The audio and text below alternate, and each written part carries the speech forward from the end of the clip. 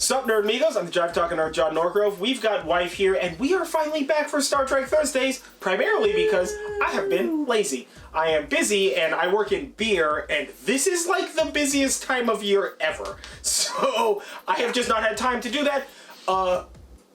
One of these days, you will get a recap of Season 2 of Star Trek Lower Decks. There is a bunch to go over, and I want to analyze it from the point of view of, like, the main predominant theme for this season, which is, in my opinion, pretty obvious, but I want to talk about it and stuff. But whatever, it's not important. Yeah, it's friendship. Friendship. It's friendship is magic. Yeah. What is that? Friendship is magic. Is that ponies? I think that is my. I think that's ponies. Yeah. Okay, cool. So friendship is magic. Whatever. Anywho, I also have some non-Trek people who've started watching Lower Decks. Excuse me, and they're just like, "This is the best shit ever." What? And I'm just like, yeah, isn't it though? Bam. Like, I literally had a conversation today about that for somebody who signed up for Paramount Plus, like, as, like, a bonus thing, that, like, what, non-intentionally, kind of. I was just like, I started watching this Star Trek cartoon, and it's super funny and amazing. Have you heard of it? And I'm just like, honey, have I heard of it? Is that what we're gonna do? It was great. Yeah, so obviously, or I guess maybe not, because whatever, we are talking about Star Trek Prodigy. Yeah? Wow. That was 5 words all in one word. Ooh, boy, now I'm glad that, It's not important. now I know what that looks like from the other side when that happens to the podcast to me. You would like, comment below. Hit the like button. Subscribe. Ring the bell. Share the channel. Ring the bell. Do all that kind of stuff. Help us out. And if you stay tuned to the end, we'll talk to you about our Etsy shop and our Patreon. So stay tuned to the end, so we can talk about that kind of stuff. So, but like, let's get started in Star Trek Prodigy. So this is the premiere night of Nickelodeon Presents Star Trek Prodigy on Paramount Plus Original. It's so many stacked words when you're looking at it. I am currently looking at a cast names and characters, because we've seen one episode and they all have fun alien names, so I'm not going to remember them. It's going to take several episodes. In fact, I still sometimes mess up the Lower Decks crew, and I love all of them. So... And we've seen multiple seasons. Yeah, more than once. I mean, I think we've seen the first season twice already. Yeah. So, yeah. But okay, so I guess what we're going to do is we're going to start off with talking about, like, general spoiler-free sort of impressions of Prodigy. I was, like, very hyped for Prodigy because Kate Mulgrew is in it as Captain Janeway, and Captain Janeway is my favorite captain. Fight me about that shit. Seriously, I'll take you on. And I fucking love her to death. And so I was very, very excited that I was going to get to see Kate Mulgrew, like, back in uniform, for a lack of better words. Even though this is like a CGI show and blah, blah, blah, blah, blah. Whatever. Still, same to me. As well as I really like the art style going into this. And, like, I watched the, like, Star Trek, like, all of the Star Trek Day stuff about it and all that. So I was really amped. And honestly, this show, like, did not at all let me down. Yeah. Like, this premiere episode was fucking awesome. I was so into it, right? Yeah. I was super into it. Good. It was really good, really funny, like, good voice acting, you know, a lot of plot was delivered, but in a fun and informative way. I can see where there's, like, the, like, for kids bit, but it's also not, like, pandery, and it's not, like, dumbed down, to put that in quotes. It's because a lot of times you hear people talk about, like, this show's for kids, but it's so simplified. Blah. Like, honestly, I feel like this show's probably a little horrifying for, like, young kids, at least. There's definitely, like, monsters in it and such like that. It does take place mostly on a prison colony. Yeah, and there's, like, there's scorpion monsters and shit. Like, there's a bunch of stuff. They're more like robots, but yeah. I mean, robots can be monsters. What is that? That's true. What are you? Cybernetist? What is that? What is that where you hate on robots and stuff? I don't know. Anti-android? Anti-robot?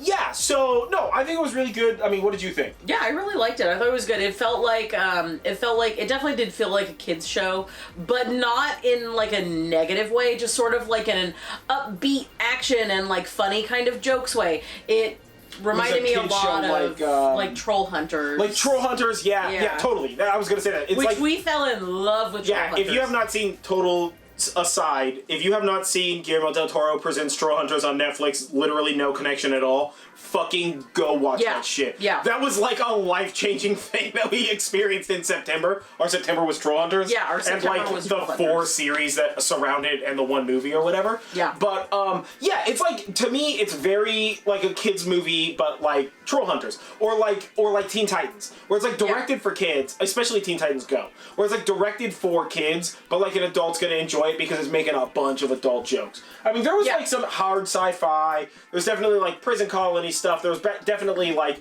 scary like coloring and action sequences and stuff like that. Not that I think that a young child could not watch this. I think that this is definitely like a Star Trek for all ages. Yeah. Yeah. Whereas like Lower Decks, I would consider Star Trek for older children. Yeah. Right? And adults, right? It's not... Lower Decks isn't full Rick and Morty levels of inappropriate. Well... No, it's not quite Rick and Morty. Season 2 was in a couple of places. Remember the sex scenes? It did have the weird... That's right, they didn't show anything, but there was definitely like some like... This did not have any This did not have none of that shit, right? So this was more like Troll Hunters or like Teen Titans Go or any of that stuff. Yeah, you know? It seems to me like it's probably going to be a show that's more with a overall story arc as opposed to an episodic type of thing, like traditional Star Trek is. So I think it'll probably be a little bit more like Discovery in that respect. Yeah. Yeah, it's definitely a little bit more like Discovery in having an overall story arc. So, okay. So, we're going to get into mild spoilers here, and then we're going to go into full spoilers. So, mild spoilers, I want to talk about each one of the characters. So, we were introduced to our main character, whose name is Dahl. He's he doesn't know what species he is, sort of alien. I like his character design. Yeah. He's a fun character. Yeah. I was into him, right? Yeah. Yeah, I was into him. He was cool. Then we meet, Rock Talk. Yeah. Which is like the big pink rock monster thing. Adorable. Super adorable. Holy shit, Rock Talk was funny. I was shocked how funny Rock Talk was. Yeah, me too. I was not expecting that. Best thing that Rock Talk said was, "I'm big, I'm not dumb." Mm-hmm. Yeah. I just wanna like. Oh, and the fight, and just apologizing. Yeah. For being big and stuff. Yeah, solid scene. So then we also meet Murph, which has like a whole legit voice actor. I can't believe any of that. Oh, no. Just like you can see that it's a whole human. Murph doesn't talk. Murph is a slime. So that's exciting. He makes sounds though. He makes sounds, but yeah, he doesn't like say words, right? Best it's like character. the Anaconda had a voice actor in the movie Anacondas. And also the chicken had a voice actor in Moana. Yeah, exactly. I always find that humorous when like a non-speaking character. I'm gonna say it right now, the Blob is the best character. Yeah. Okay. So we're gonna jump around a little bit. My favorite character, and in my opinion, the best character, and now that I'm seeing who's playing him, I understand why, is Jankum Pog, which is voiced by Jason Mantzoukas, who I fucking love. Makes sense. But yeah, so he's the engineer, and Jankum Pog is so funny. Like literally, we were like 2 scenes into being introduced to this guy, and I was like, favorite character, what's up? Done. Yeah, he was like box checked. Yeah, he was like, this guy's like Neelix, and I'm like, okay, I guess. He's so good. I love him. I love him. Then we also have Zero, which is like a sentient fart inside of a robot. A telepathic. They're non-corporeal light beings who Yeah. are telepathic, but isn't that just a really fancy way of saying a sentient fart inside of a robot? I mean, I guess. Yeah, it is. So, sentient fart inside of a robot, fantastic character. Actually really liked Zero. Yeah. There was a lot of mystery and intrigue around there. And then last up for the main cast is Gwen, which is turned sort of not robot, but sort of character, right? Where you think that she's one way and then she's another and whatnot. Which I really liked. Yeah. Gwen also. I like that character. I like the voice actor for it. I like the amount of background we got about that character. Mm-hmm. Right? So, okay. So, we've been mildly spoilery. Now let's go full spoilers about this episode. The fight between Gwen and Rock Talk was both visually amazing. Yeah. And from a story standpoint, like the funniest shit ever. Yeah. With Rock Talk just being like, I'm sorry, I didn't want to do this. I don't mean to do this. I'm not trying to hurt you. Yeah. And Gwen's just like, wah, wah, wah, with like a weird arm bracelet. That like fluid sword shit. Like a sword. That was really very gangster. Holy heck. At first I thought it was a tattoo, but then there was like a close up on her during a scene, and you could see her arm, and I was like, oh no, I think that's like. Dude, I totally thought it was a tattoo from a distance, also, until I saw that it wasn't. Also, she's very like I get like her hair is very like Star Warsy. It is. You know, it's like those people in Star Wars. Overall, like kind of getting like some big like Star Wars kind of like animated series vibes out of this, but like early Clone Wars. Yeah. Totally. I totally get that. Yeah. So I guess like what we've learned. So like, what have we learned so far? I feel like what we've learned so far in this plot is that they're in the Delta Quadrant. And whatever the big bad guy, which is Gwen's dad, which I did not see that shit coming. The Diviner. He wants the Prodigy, the starship, and was looking for it, but I guess couldn't find it or whatever. And also was trying to keep his daughter from knowing about Starfleet for some reason. But also it sounds like there's still like a bunch of mystery there. Yeah, there's definitely a bunch of mystery. There's a ton of mystery. There. We don't know what's going on with that guy. Maybe like a dead mom. And there's definitely a dead mom. Well, I mean, that's maybe where not, that right? is. You never know. It's an alien species. They could breed in another way. But like maybe it has something to do with that. I like the Enforcer is this like weird robot. General Grievous robot, but then when he takes his cloak off, instead of having 4 arms, he's basically just one of those weird tentacle monsters from the Matrix, which was fucking nightmarish. Yeah. But made for, again, a great fight scene on the outside of the ship. If you're a World of Warcraft person, the bad guys from the Alcatraz. Yeah. You'll know if you know. From Escape Alcatraz, you know, with, what's his name in it? Where they have to swim across the bay. That's not this. It's Alcatraz. That's the joke. That is Alcatraz. She's participating, guys. Don't worry about it. I'm not going to give it to you. No. It was hilarious, and you know it, and I know it, and she doesn't get to know it. I'm not going to do it. Not going to give it to you. Keep it a secret from her. Not going to give it to you. No. So he was dope. The little like Enforcer scorpion bots were honestly fucking adorable. They were definitely They were so fucking cute. They're just like, they're threatening. And I'm like, are they? They're weird pyramid monsters with pyramid power that have scorpion tails that are trying to enforce shit on you. But they're like this big, so that's not very threatening. Yeah, but like they can shock you and stuff, and there's a bunch of them. I don't know. Whatever. It's adorable. I mean, you're on a prison planet. They're not necessarily trying to kill you. They're trying to keep you in line. Yeah. Well, maybe. We'll see. That's fair. Who knows? Although, I mean, it's a kid's show, so it's probably a little bit less murdery, but like, you never know. But so we got to see them find the Prodigy and then like boot it up. We got to see the new comm badges for the Prodigy, which are very cool. Yeah. Super tricky design on the comm badge, so I super dig that. The Prodigy had really cool interface. It was like halfway between LCARS and the new like hologram GUI that you see for like Discovery and stuff like that. So that was interesting. I feel like I don't have a time. Yeah, I was like, going to say, what time frame do you think? A year or a star date or something? I mean, clearly, if Janeway is a hologram on the Prodigy, a training hologram, then it must be post her getting home from the Delta Quadrant. Yeah, with enough time for her to have like done whatever they did to make the hologram, and potentially become involved in some sort of a like deep space training program. Yeah. Like we're not certain what the Prodigy can do. Obviously in the post, like not the post credit scene, but in the like ending credits and in the trailer, you see it like its nacelles drop down, so it has warp cell vectoring, which is differential. It generates a differential warp field, and so like Voyager, how Voyager's nacelles like fold up when it jumps to warp. That's because for high warp ships, being able to move the nacelles during flight a little bit reduces the amount of damage on subspace. So it might have something to do with that, which means that the ship is already very fast, generally that's the way that's accepted. That if the warp nacelles move, the ship is like already crazy fast, which like Voyager can cruise at like escape velocity for the Enterprise D, regardless of the fact that Voyager is the size of a small town and the Enterprise D is like San Francisco. But still, right? I mean, because, you know, in space, it doesn't matter. Nobody can hear you scream. But Wrong movie. Same movie. I mean, trust me, a lot of people get spaced in Star Trek. Sometimes you gotta space a motherfucker. I don't know.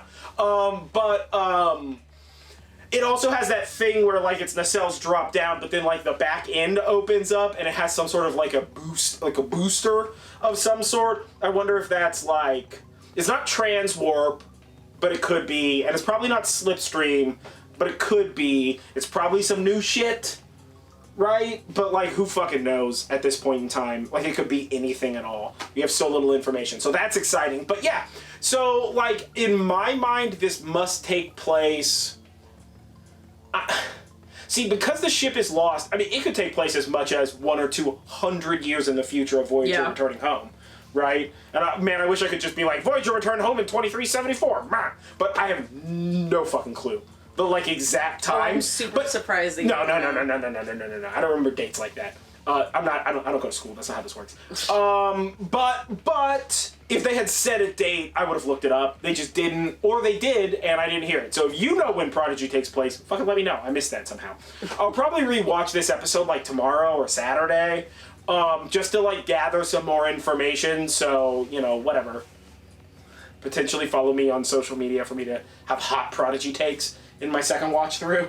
Because I feel like that might be how I handle that. But, yeah, I mean, I think overall we were given, like, a good bad guy.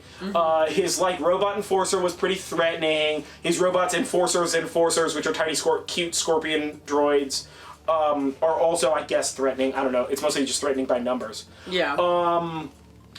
But, yeah, we kind of got a lot of setup and not a lot of questions answered. I would argue that we have way more questions than answers right now. Yeah, I would argue that I left this episode more confused than enlightened with regard to what the hell I already knew about Prodigy. So, but that's good, right? I mean, that's good. It's gonna make me watch episode 2, although, I mean, honestly, this first episode could have been garbage and I still would watch episode 2. That's true. I'm a Trekkie, it's a forever thing. Yeah.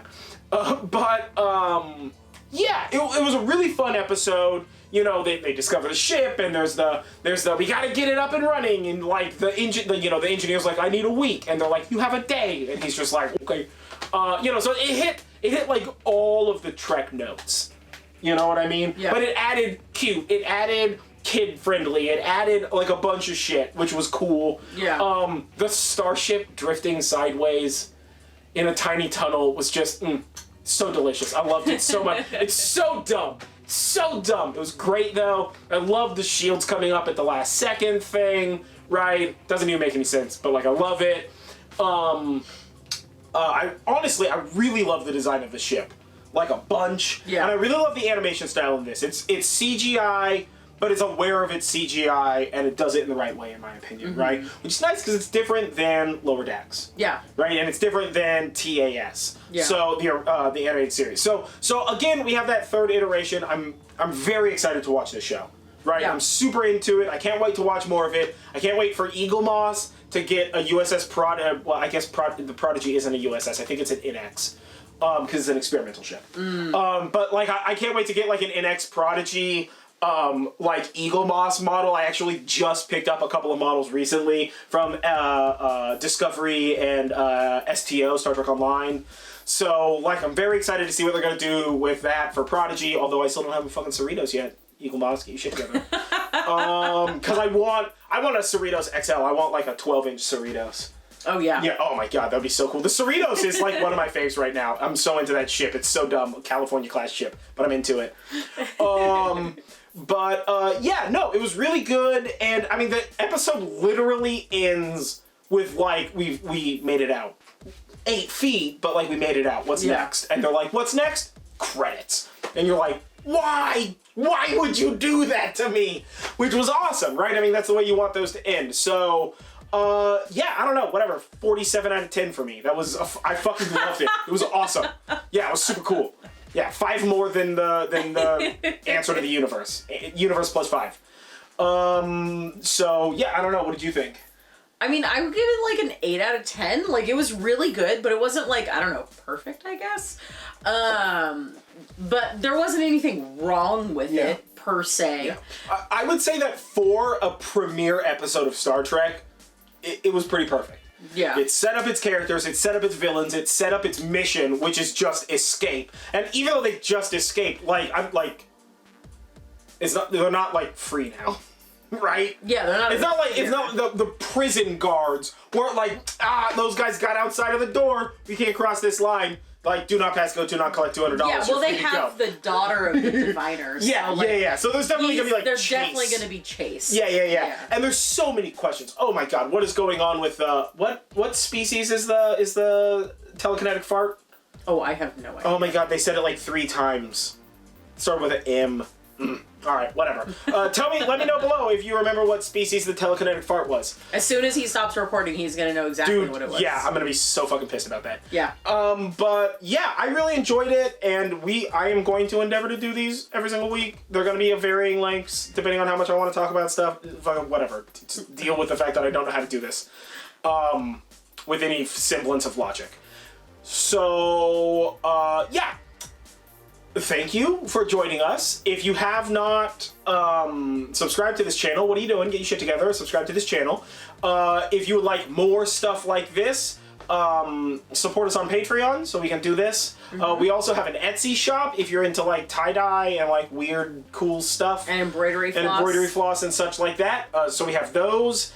And yeah, thanks. Thanks for being a fan. Also, thanks for sticking around. If you're here for Star Trek, check out our podcast. Yeah, check out our podcast. We have a witchy podcast. It obviously comes out on this channel, as well as is on like all the podcast networks. If you can't find it on your podcast network, let me know which network it is. Maybe I didn't put it there and I forgot or something. And you can find more information about that, as well as our Patreon and our Etsy shop at our website, which is linked below. Yeah, the website's linked below. It's nerddrive.com. You can also hit us up on social media, follow us on social media, and do all that kind of stuff to stay up to date with what we're doing. And yeah, whatever. I've been John Norgrove. This has been Wife. And this was Star Trek Thursday. Actually on Thursday. Can you believe that I did these again? Yay me. Or whatever. We'll see how long this lasts. I'm exhausted. But yeah, I guess thanks for watching. Yeah. Stay cool, bro. I don't have an outro for this yet. Whatever.